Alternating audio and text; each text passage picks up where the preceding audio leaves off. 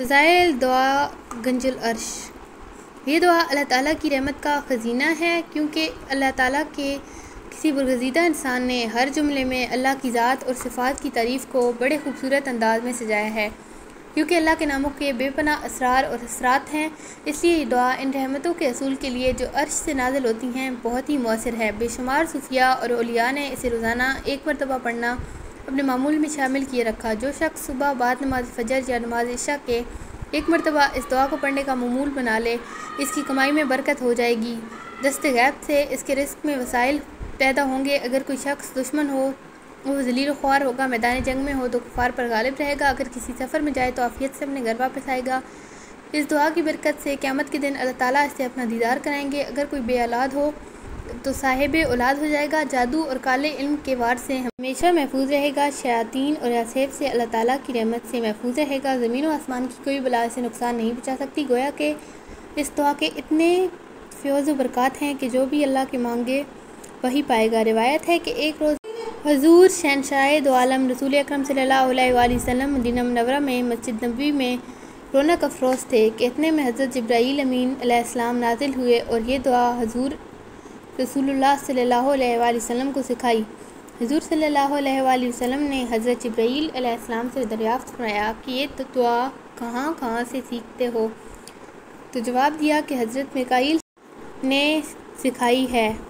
پھر حضور صلی اللہ علیہ وآلہ وسلم نے پوچھا کہ میکائیل نے کس سے سیکھی؟ کہا حضرت اسرافیل سے۔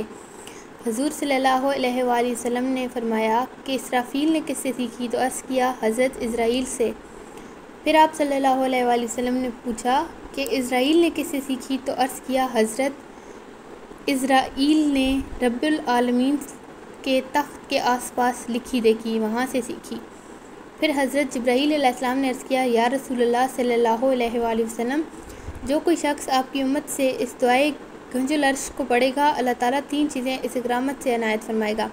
پہلی یہ کہ اس کے رزق میں برکت ہوگی، دوسری غیب سے روزی پہنچے گی، کوئی نہ جانے گا کہ کہاں سے کھاتا ہے، اس کو روزی کہاں سے ملتی ہے، تیسری دشمن اس کے معقور ہوں گے، اگر ناحق خون بھی اس نے کیا ہوگا تو صاحب خون اس پر مہربان ہو کر اسے بخش دیں گے۔ یا حبیب اللہ صلی اللہ علیہ وآلہ وسلم، اس دعا کو اگر ہر روز پڑھیں، اگر یہ نہ ہو سکے تو ہفتے میں ایک بار پڑھیں، اگر یہ نہ ہو سکے تو مہینے میں ایک بار پڑھیں، اگر اتنا بھی نہ ہو سکے تو ایک برس میں ایک مرتبہ پڑھ لیں، اگر یہ بھی نہ ہو سکے تو تمام عمر میں ایک بار پڑھ لے۔ اگر خود نہیں پڑھ سکتا ہو، کسی دوسرے سے پڑھا کرتے تو ایسا ثواب پائے گا کہ گویا اس نے 1000 ختم قرآن شریف کے پڑھے اور 10,000 شہیدوں کا راہ خدا میں شہید ہوئے، اتنا اجر ملے گا۔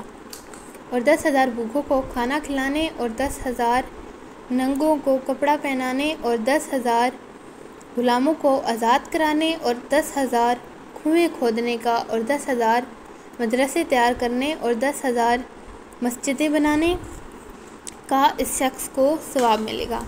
اور یا رسول اللہ صلی اللہ علیہ وآلہ وسلم، اگر 7 آسمان اور 7 زمین کو کاغذ کر دیں اور تمام روئے زمین کے شجار قلم بنائیں اور تمام مخلوقات آسمانوں اور زمینوں پر مشرق تا مغرب لکھیں، تا روز قیامت بھی ثواب دعائے گنج العرش تمام کا تمام نہ لکھ سکیں گے۔ یا نبی صلی اللہ علیہ وآلہ وسلم، جو کوئی اس دعا کو پڑھے گا یا لکھ کر پاس رکھے گا تو اس بندے پر حق تعالیٰ نظر رحمت کریں گے، اگر لڑائی میں لے کر جائے گا تو فتح یاب ہوگا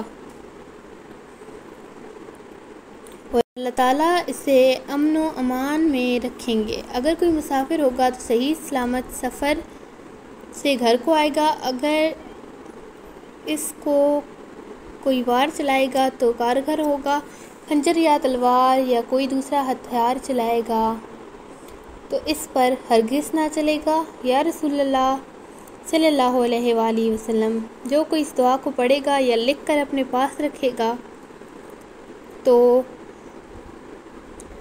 اس کو اللہ تعالیٰ جادو، جنات اور شیطانوں اور بھوت پلیت کے اور تمام بلاؤں سے محفوظ رکھیں گے۔